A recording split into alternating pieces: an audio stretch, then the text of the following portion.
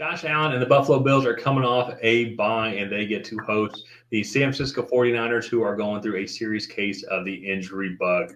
They'll be facing here in Week 13. My name's Tyler, here with my brother Ryan, and we're going to break down this Niners-Bills matchup and provide our predictions at the very end of the video.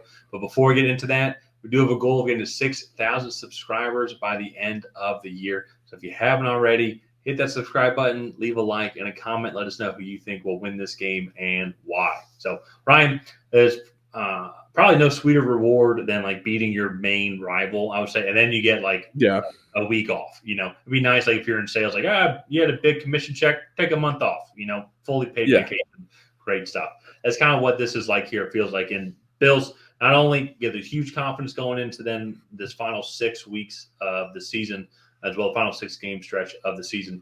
But then they also get fully well rested. All guys can just kind of take a deep breath, get ready for this final push. But this is probably the best Bills team I think that Josh Allen has been like full encompassing. It's the most well-rounded for sure. Most well-rounded. That's fair. I'd say that he probably had some better offenses that have been on, but their defenses have definitely struggled in the past as well. But in general, though, I think this is like the most well-rounded this team has been. And they're going up against a Niners team who has definitely been more well-rounded in the past. Not right now, currently. Brock Purdy didn't play today. Nick Bosa didn't play today. Trent Williams didn't play today. Brandon Ayuk is out for the season as well. It's Deebo Samuel, I think, is maybe showing his age a little bit. George Kittle has also been banged up as well, even though he played today. So it's just a tough time here in San Francisco. So a lot of the predictions and a lot of the overall status for this game is going to depend on who all is going to be available. But want to throw it over to you here. What do you think San Francisco can do, especially too from watching like today's game, that they can maybe take advantage of against Buffalo to come out with a victory? Well, to me, the big thing is just trying to get healthy. Nick Bosa, Brock Purdy being out, those are your two leaders on both sides of the ball. I think getting those guys back is going to be probably the most important thing. So we'll see if they can go for this matchup. But if they can come back, that provides a higher floor, I think, for what the San Francisco team will provide. But all in all, like this is going to be a really tough matchup for them. They haven't been the most consistent team all year. Christian McCaffrey coming back, this running game hasn't necessarily had time to develop. So if they can get that going, this is a really good Bills front. But if they can get that running game going, I think that's going to help out a lot. Get the ball in Deebo's hands, George Kittle's hands, Juwan Jennings' hands. Just they have the playmakers to do it. They just haven't quite been able to get in that rhythm where we've seen them go on those dominant offensive stretches through like 16 quarters of just really, really good offensive football. And we just haven't seen that this year. And so I think this is going to be a really tough game and a really tough environment to go into and try to get on that schedule. But if they're going to come out ahead in this one, they have to run the football well, get that offense in rhythm, and then also play good defense. Don't let Josh Allen just totally scramble around and make these crazy plays outside the pocket. That's going to do you no favors because that's, to me, is where Josh Allen is at his best, when he's outside the pocket and he's creating. Keeping him in the pocket is going to be crucial. But then one of the things, and kind of what we talked about in the beginning of how well-rounded this team is, they've had better defenses than this one. I feel like they've had better offenses than this one. I feel like, but this defense is a really good run defense or a really good pass defense. This offense, they run the ball downhill really well with the running backs. This is not the Josh Allen scrambling offense that, they're top 10 in rushing yards, but Josh Allen is their leading rusher with 900 rushing yards. Like that's not this offense. This is James Cook getting downfield with the football. And then like Khalil Shakir, I know Keon Coleman has been out, but he's had a decent rookie season. Dalton Knox and Dalton Kincaid have had good seasons as well. Like they do so many different things just well that it puts defenses in a blender. So this 49ers defense has to come in. They have to be willing to play balanced, patient, assignment heavy football and just know their roles on every down and make sure that there's no flaws that this offense can exploit.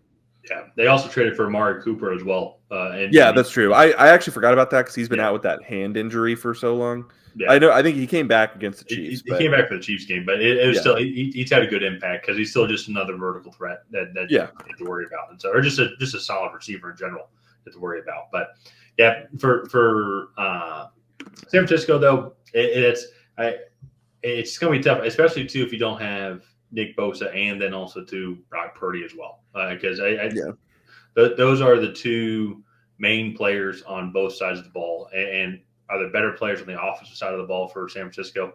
I can absolutely understand that argument, and would probably agree with a lot of those arguments, depending on who you're talking about. But you still have the guy though who makes everything work. And when Nick Bosa is healthy on the defensive line side of the ball, he just provides just a whole nother element to that defense where you have to bring in an extra guy to help out that takes one extra guy away from blocking one of the other defensive linemen or blitz packages or whatnot, or maybe even it allows for an extra guy to go back out into coverage because Nick Bosa can still get to the quarterback.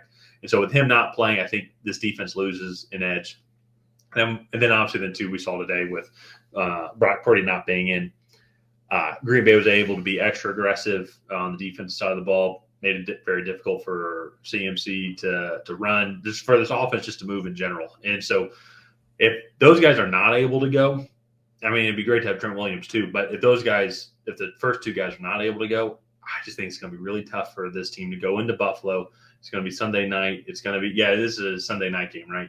Yeah. Yeah, Sunday night. Yeah, it is. It's going to be cold in Buffalo as well. Home environment. It's going to be a lot of fun for this home crowd here. And Josh Allen, I think the MVP conversation is going to be extremely fun because heck, you can make a case for Joe Burrow just with the season he's having, even though the Cincinnati Bengals suck. But Josh Allen, though, too, if he keeps leading this team, you can make a case for Lamar Jackson. We'll have to kind of see what ends up happening, obviously, with the Chiefs and with Patrick Mahomes as well. He's had an awful year. If Patrick Mahomes wins MVP, then I can understand. Honestly, I can understand an argument maybe for Derrick Henry, and then honestly too that maybe throw Saquon in there as well. Because there are all the star players are having great years, or their teams are having really good years. Shoot, even Justin Herbert with Los Angeles Chargers. I'm not saying he should be an MVP, but the Chargers are having a resurgence. So it's a great season, I think, for all these stars to be playing. Yeah. Unless if you're a Niners fan, all your stars have been hurt. So that's not as good. But Allen, though, I think is having a phenomenal season. He's leading the team here as well. Joe Brady, yeah. Sorry, yeah, because Ken Dorsey was the other guy. Yeah, so yeah, I didn't know if it was Ken Brady or not. Joe Brady, once again, he's going to be enjoying his last couple of weeks here in Buffalo before I think he gets a good head coaching job because I think he's going to be on the move this offseason because a lot of teams are going to want him. And so he'd be interesting actually down in Jacksonville. I think that'd be pretty fun. But when it comes to predictions, though, here, if you couldn't already tell with how we were talking about the game, I'm going with Buffalo. Brian, I could assume you're going with Buffalo. Yeah, I'm going with Buffalo too. And so that potentially, my pick probably will not change. But however, if it does come back where like Purdy's good to go, Bosa's good to go, Williams is good to go, it does throw in a whole new wrinkle into this game because maybe this team can be explosive. When you have all these guys on the field, I don't think actually all those guys have played on the field together. I don't think.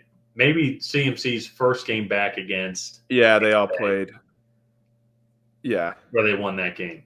But Kittle was out last week against Seattle with a hamstring injury. So we haven't even seen all those guys, and we won't even see Brandon Ayuk on the field with these guys either because obviously of his ACL injury. So it's just been a tough year for San Francisco. But if all those guys can get on the field together, maybe they can make a little magical run and try and get into the wild card. Or they're only one game back from the NFC West division as well, and I believe they still have a game against the Rams and also the Cardinals as well.